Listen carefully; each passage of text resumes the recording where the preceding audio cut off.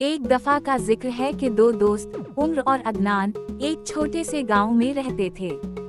दोनों की दोस्ती बहुत गहरी थी और वो हमेशा एक दूसरे की मदद करते थे।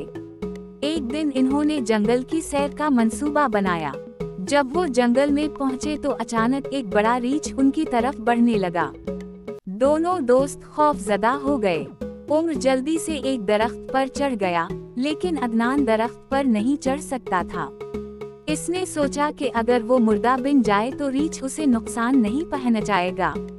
अदनान जमीन पर लेट गया और सांस रोककर मुर्दा बनने की कोशिश करने लगा। रीछ अदनान के करीब आया, उसे सौंधा और कुछ देर बाद वहां से चला गया, क्योंकि रीछ मुर्दा चीजों को नहीं खाता। जब उम्र नीचे उतरा तो उसने अदनान से पूछा, रीछ तुम्हारे कान में क्या कह रहा था?